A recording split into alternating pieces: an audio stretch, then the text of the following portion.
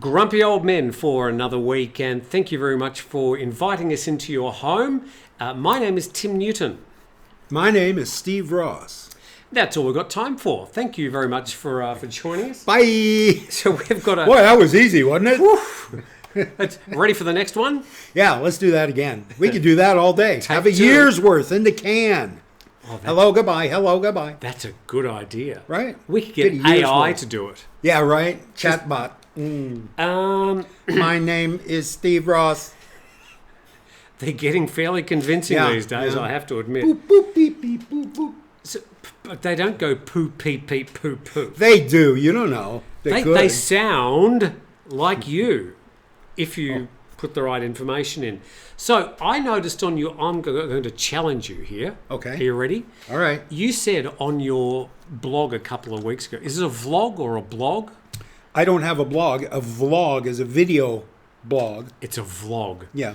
So you were complaining about walking... There's a big surprise. Walking around Patong Beach, which is the sort of the party town in Phuket. Mind you, for those people who haven't been to Phuket before, Patong is about 3% of the land mass of the island. Phuket is not Patong. There is just a whole lot of other stuff happening here, and you should know about it. But you were complaining, and I'm quoting you, about dirty white guys. I was complaining about them 35 years ago. Yeah. So one thing that you were saying, to sort of dig you out of your hole just a little bit, is you were saying that a lot of the new people that are coming to Thailand now generally, the Chinese, and the Middle Easterns, they tend to dress up more. Yes. But that the white guy, you sort of talking about the Farangs, the Caucasians. Yeah, the typical sex tourist or sexpat. Yeah. So what were you saying? Well, if as I said last week on this show, one of the striking things about Patong, and I had not been to Patong for 25 years, so every impression is a comparison. What was this street corner like? What was the traffic like? What were they selling, 25 years ago?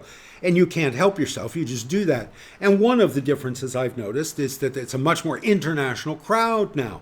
Patong Beach, Soy Bangla, used to be fat old white guys, Europeans, Aussies, Americans, who came for beer and sex. Now there's a lot more families. They're African tourists. I don't remember ever seeing a black face on Phuket.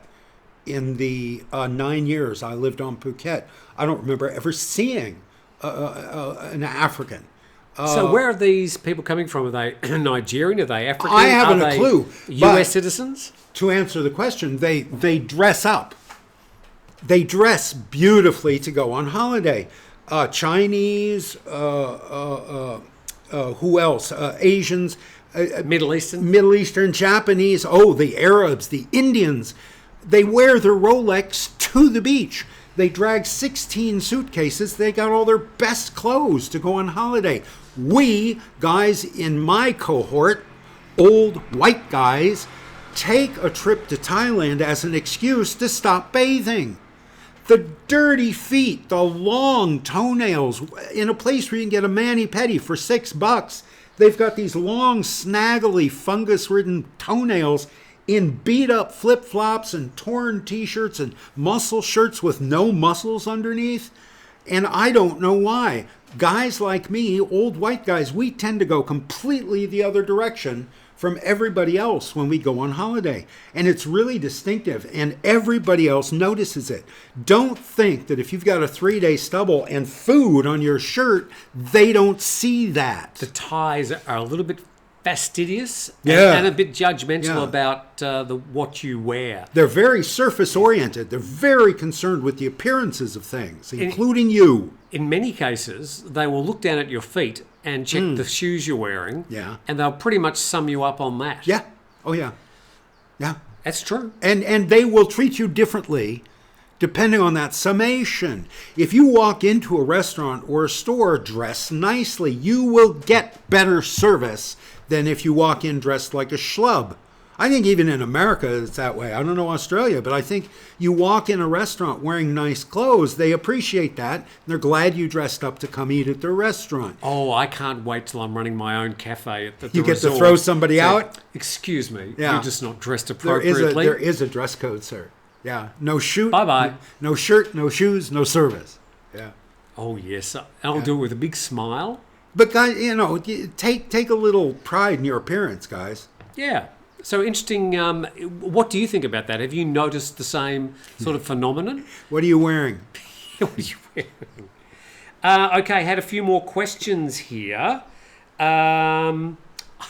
This person, his name is Ron Kutchenbuck. I think I said that right. He said, I'm grumpy and old. May I join the club?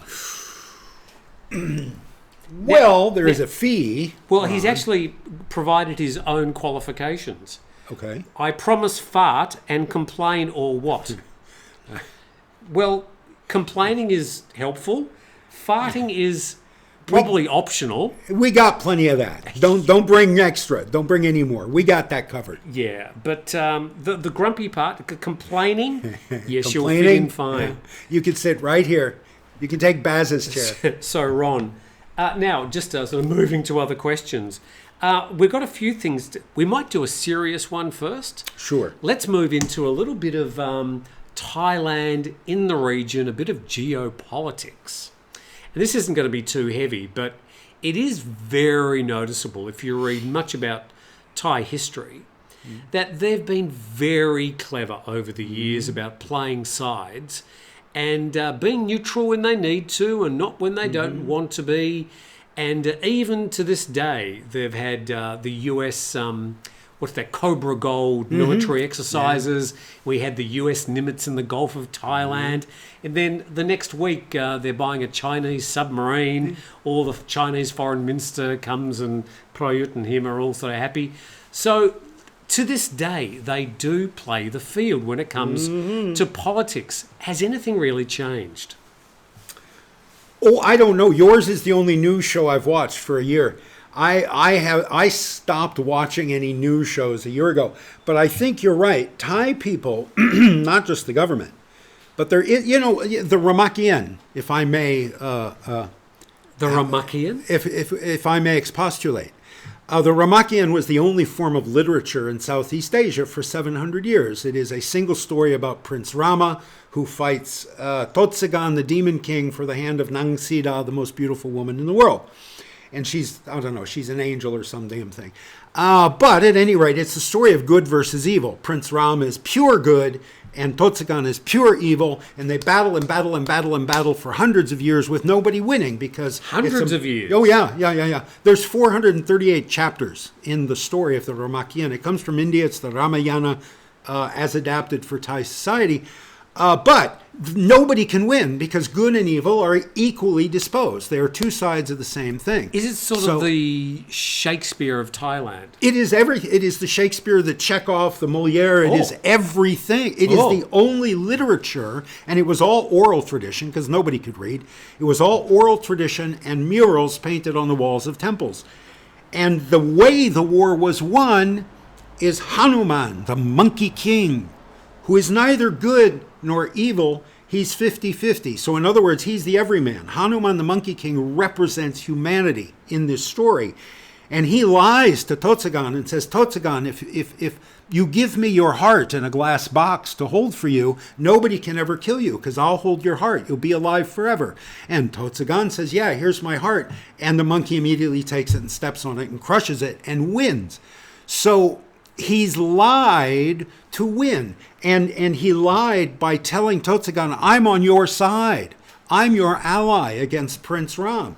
And he gets him to give him what he wants and needs, and then he makes his move. And that's how the Thais have always operated, not just geopolitically, but in the neighborhood and in the home. They'll play one side against the other, A against B, X against Y. They'll tell everybody what they want to hear. You know the story about how when prostitution became illegal in this country, 1963, at the urging of the American military, because they knew already they were going to have a war in Vietnam and they'd be sending lots of teenaged American boys here for R&R, and they didn't want them to get the clap. So they pressured the Thai government at the time, which was the I forget which government. I forget which military general had taken power that year.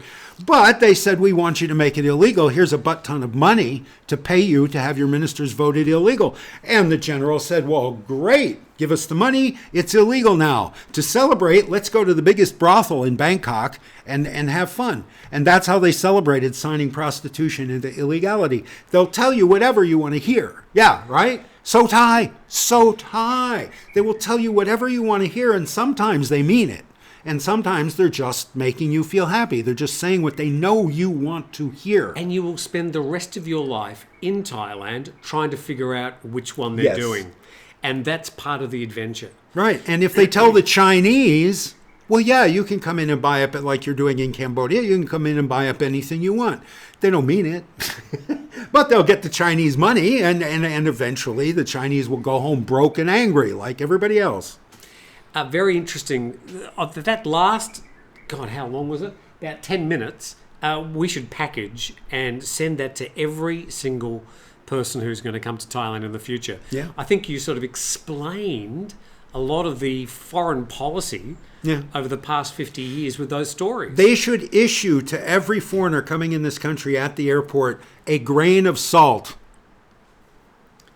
I get it. Get it? Thank you. Get it? Thank you. I like that one. I'm going to write that down. Okay, that's really big picture stuff and a very good explanation. Can I now ask you to get out your crystal ball, just be careful, and look to the future, and which way is Thailand going to veer? Now, there has been a lot of conspiracy stuff in comment sections around Thailand, that because this new prospective prime minister, who's not the prime minister yet, this Pita. young Pita, he was partly educated in the US. Harvard. So he's apparently a US pawn. And really? Just because he was partly educated in the US? Yeah. So anyway, there's a lot of people thinking that he is going to pivot Thailand towards the US, remembering that the last king, Rama IX, was an American citizen. He was born in Boston, Massachusetts. Yeah, he and his brother Ananda. Yeah, they were both American citizens. The last two kings of this kingdom were American citizens. So, is Thailand going to go US or China? Oh, I have no clue. But the mere fact that a Thai was educated abroad does not mean that he's going to be sympathetic to that country. Just like there are thousands of high-born, wealthy Thai people who were educated in Catholic schools in Bangkok. It used to be Assumption and all the other, the really good private schools were all church affiliated, and you went to chapel. You had a religion class where you learned about Jesus Christ, our Lord and Savior. Plenty of well-born, wealthy Thais went through that curriculum and came out either hardcore Taoists or hardcore Buddhists, what their families are, right? So, just going to a school, Did any of them toy with the priesthood? I'm sure you could probably find Thai nuns and priests. Yeah. I personally have not met any. But I'm sure, you could. So a few individuals might be drawn to one way or the other, but I doubt that someone who becomes prime minister of this kingdom is going to worry about what his old buddies from Harvard might think about this or that. My feeling is that Thailand will do in the future what it's done in the past, and it will play its cards very cleverly and take advantage where the advantages are there. Yeah. And stupid. Yeah. There won't be any favours for either side. And they'll do a lot of nodding, and there'll be a lot of whying and shaking hands and photos. And and trips to the brothel. Sure, yeah. Yeah, one general takes... you don't get me started on the Burmese generals and the Thai generals and how in bed they are with each other. Tell us about the Thai generals and the Burmese generals and how they're in bed together. They play all those golf courses up there along the border. They're always... All the geopolitical decisions in that border region are made on the golf courses within 2 or 3 clicks of the border. And there's lots of casinos up there too. Yeah, casinos and brothels and golf courses, bottles of Johnny Walker Black Label. That's what makes policy on the border between Burma and Thailand. And you're absolutely right. I used to live in a state in Australia called Victoria, down south. Capital of Victoria is Melbourne. And then the state to the north was called New South Wales. And they had legal, what do they call them?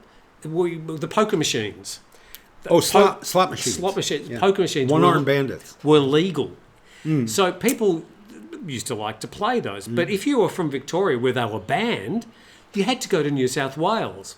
So there's this industry for 20 or 30 years of all these clubs opening up on the border, right, which is actually a river. Like literally hundreds of clubs. And Victorians would just sneak across the border, ba-ding, lose all their money and come back and have a fabulous weekend. Yeah. So the same sort of situation. That Thai border area, I tell you what, if you go and spend any area up along the Thai-Burmese border, even the Lao border or Cambodia, the things that happen around those areas would curl your toes. Would curl your toes. Oh, yeah. And you've been around a while. It's some weird and wild stuff. Yeah. You nearly said shit again. I almost We got in trouble last week. Well, you just said it. I said it quietly. You said it very. Said it very loud. Okay.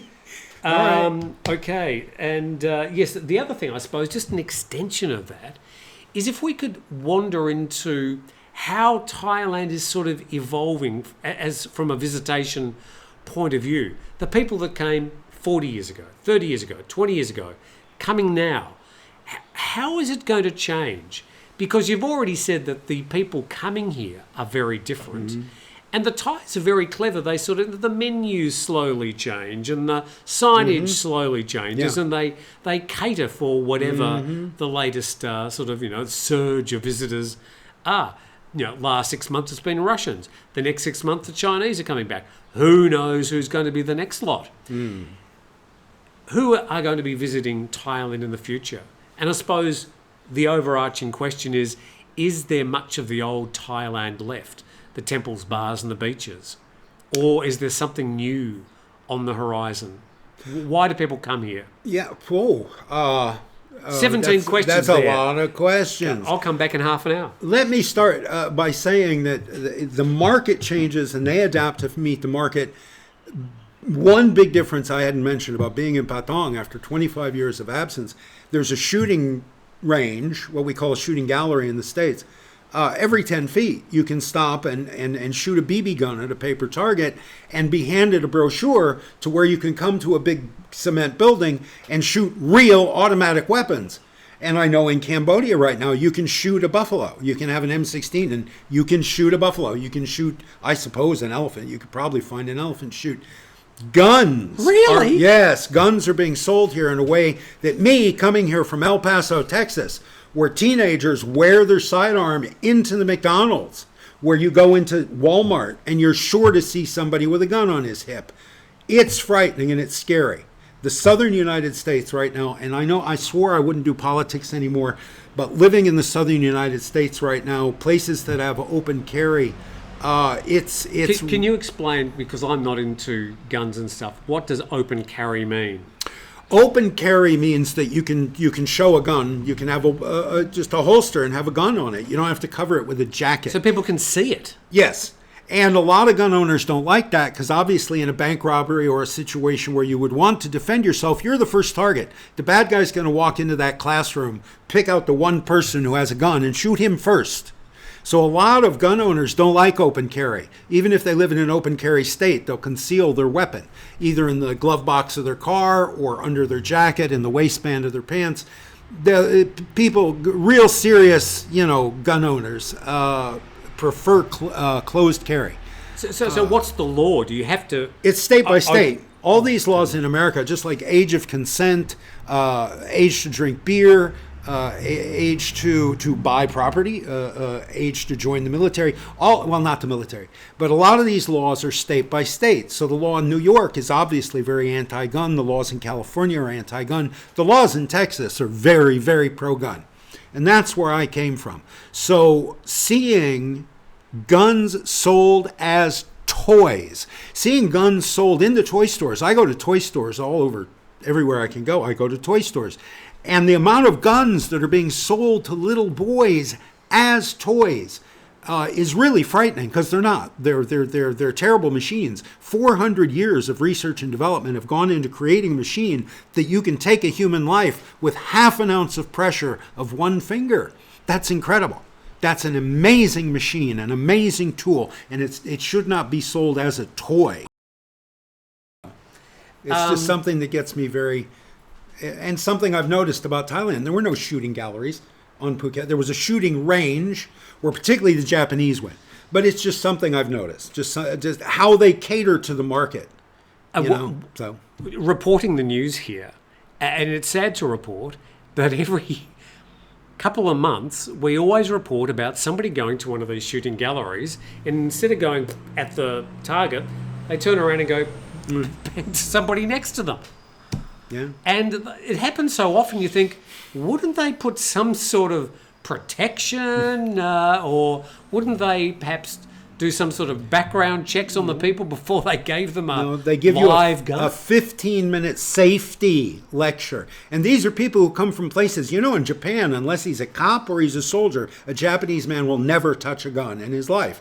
Their laws are so strict. You want to kill someone, you have to stab them. Yeah, I never touched a gun in my life. I had a redneck father who taught me about guns, and we went hunting, and I shot things and killed things. Yeah, I killed things when I was 12 years old with a gun, and just to please him.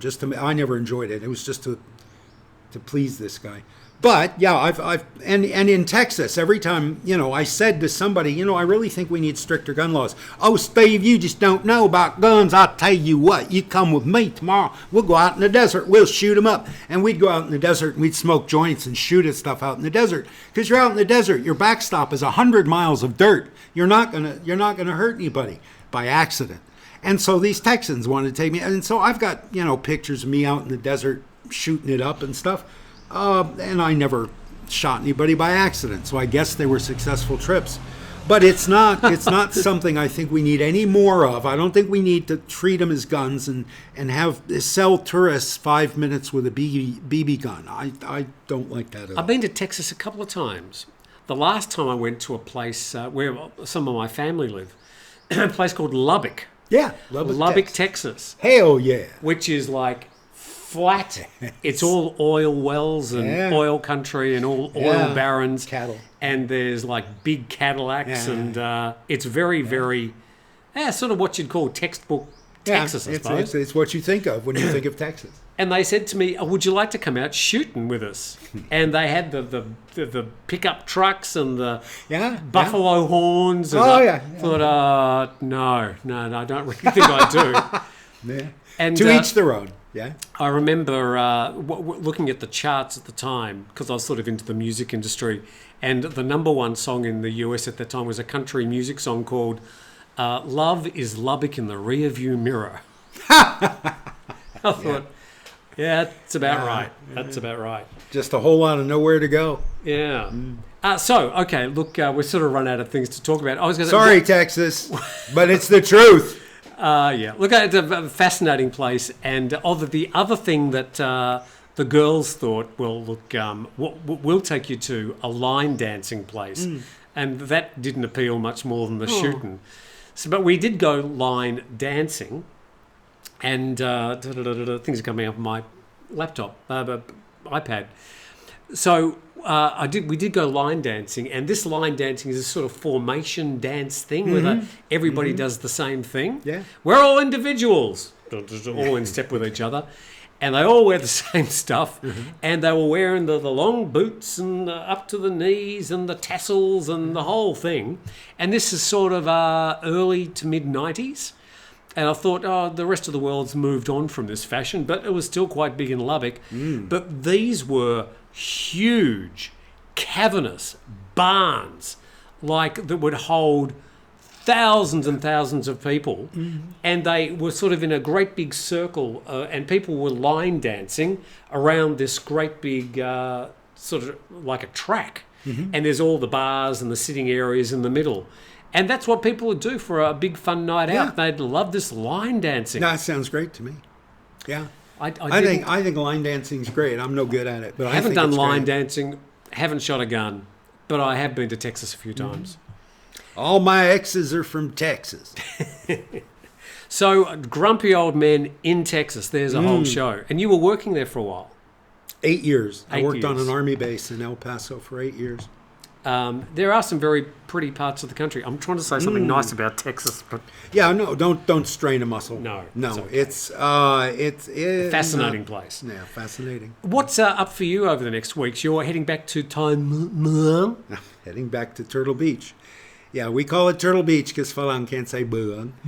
Yeah, I'm going to go back, and I am. Is it the same Muang as Don Muang Airport? It's that's a different Muang. Low Muang. tone. That means city. This is Muang, rising tone. It means a mine. It is Thai Muang, the end of the mine. The Thai is not Thai as in Thailand. It's Thai as in Sut Thai, the end of a series.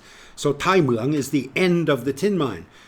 They used to hose the dirt off the mountains with I thought seawater. I'd sort of successfully said the word Muang that I can use for where you live and the airport in Bangkok. No, Oh, no. that's low tone Muang. Yeah, Nai Muang in the town. Okay. This is Muang, the mine, and they call it that because they would wash the dirt off the mountainside with pressurized water, and that water would run down these dug channels they had made to the sea, and along the way they would sift and sift and sift and get the tin ore out of it.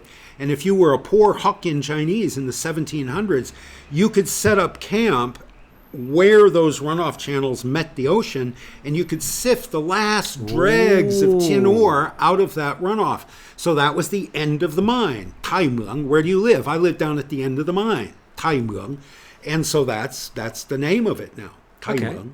Yeah, but we call it Turtle Beach because Thai Muang is unsonorous to the Falang ear. It's very hard to say. Yeah, and it doesn't sound good. It sounds like you're coughing up phlegm. I was saying it wrong anyway. And so you are building a turtle in your living room at the moment. I am. Got 2 minutes to tell us about your turtle. So there's a turtle Huge festival. turtle. No, so Turtle Beach, because there's the turtle hatchery there. It's a national park, a national park. It's 13 kilometers of undeveloped beach where the turtles used to come and lay their eggs. And now there's a government hatchery there that hatches turtles. And once a year, they have a party to release these turtles into the sea. It's a 10-day long party, and it has a parade on the first day. And in that parade, there's all these floats on the back of pickup trucks of sea turtles made out of paper mache and whatever. And the local groups, the Boy Scouts, the Girl Scouts, the various colleges, the Lions Club, the Rotary, the Kiwanis. There will be some katois as well. Oh, there's tons of them. Small town gatois, rural Thailand gatois are amazing people. And they come out and they are part of the parade, and they are the flashiest, glitziest, funniest part of the parade. And everybody in town cheers for them because these are their neighbor kids. They've known these gatois since they were children, right? And we should say everybody knows each other. You're probably in these not going to places. see this in Texas. No, oh God, no. They get So- shot in Texas. But my point is, there's these floats. So I want to represent the Falang of Turtle Beach, all 10 or 15 of us, and I'm making a float, a representation in styrofoam and paper mache of a sea turtle, life size. It's about 8 feet long and 6 feet wide. Life size? Well, depending on the breed of turtle, the species of turtle, yes. That's a... Yeah. You wouldn't want to run into that if you're swimming around the shallows Oh, of Thailand. it'll avoid you. They only eat jellyfish. That's the only protein they eat. But I'm going to cover it. Every day I walk the beach, usually twice, and I collect old cigarette lighters. I Like collect that one. old cigarette lighters.